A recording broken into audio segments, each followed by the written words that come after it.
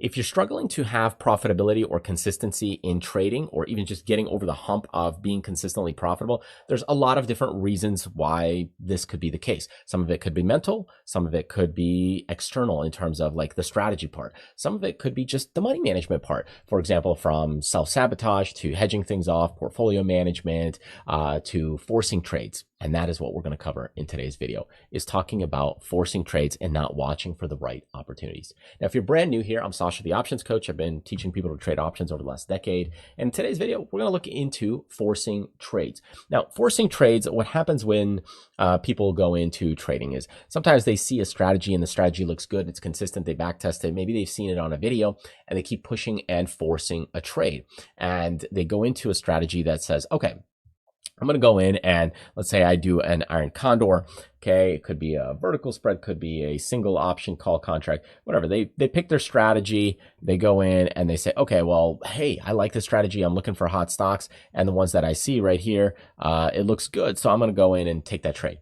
Unfortunately, you keep pushing and pushing and pushing and forcing trades. And then what ends up happening is that when we actually start looking at the results and we start seeing, okay, what's happening in those results, we're seeing a lot more negative. So it could be negative $500, negative $1,200. Maybe sometimes you win. Okay, you win the 2,400, but then again, you lose like 1,200 bucks and you're not getting it anywhere. And it's because you're pushing the trades. If you could eliminate a lot of these negative items right here, then you'd be much more profitable. And that's because people are pushing for opportunities. They're chasing the greed side of trading and they're trying to push to get into profitability. So rather than that, looking for opportunities, like let's take this basket, for example, of strawberries. And if we said, hey, here's the price of this basket, and you could take one and pick which one you want to pay. You want to pay the 99 cents, you want to pay $4.99, or you want to pay $12.99?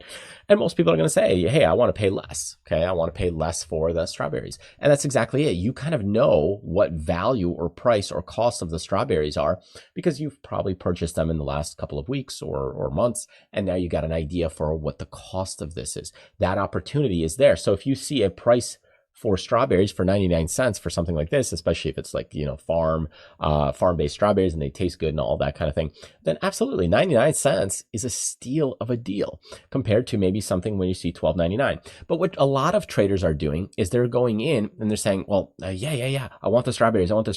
And they actually end up paying, let's say, the $12.99 price tag, where in some cases, yeah, it could work out. I mean, the strawberries could be good, but the problem is you're pushing it, you're forcing it, and you're overpaying. You're putting yourself into a position that's not favorable. So think about that. If you really, really want strawberries and you want to get them, absolutely, you could get them, but it's not favorable. And yes, they might taste good, but it's not favorable. And that's what happens in trading, is that you might see a setup, an opportunity, whatever it is, whether it's based on a chart. Like let's say there's a chart and it's doing some wiggle and it's kind of pushing, but it's not to your normal likings. And you might have pushed and got into a trade right here, but it wasn't favorable setup, but you still pushed it anyway. And that's the thing, is you got into it, you pushed it, and that's what creates kind of the loss. Or maybe, let's say you're used to doing iron condor. So here's kind of like an iron condor trade.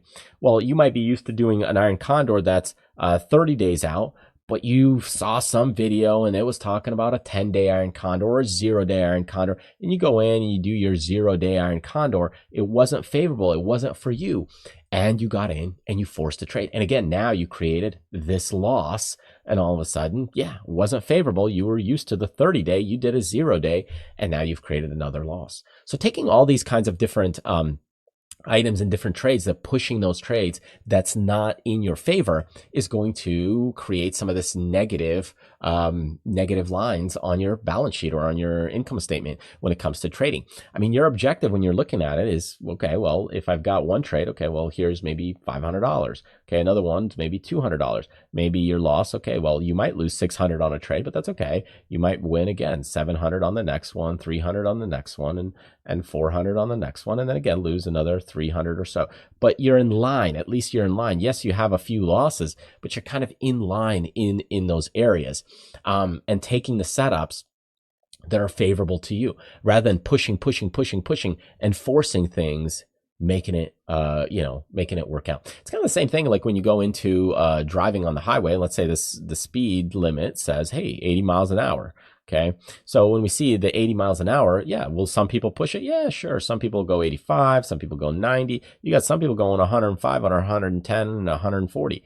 I mean, it happens. But the thing is that this is where you get into danger. This is where you get into more of, hey, maybe car accidents. The odds are against you. You might even get into a speeding ticket. So there is some risk. I mean, you could get a reward. You could get and arrive to your destination 15 minutes faster, 5 minutes faster, depending on how far you got to go.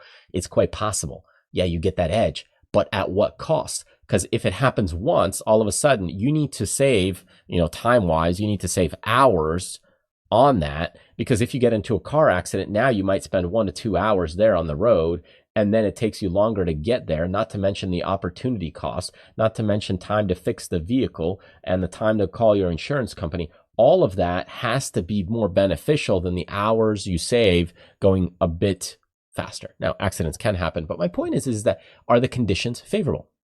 Right?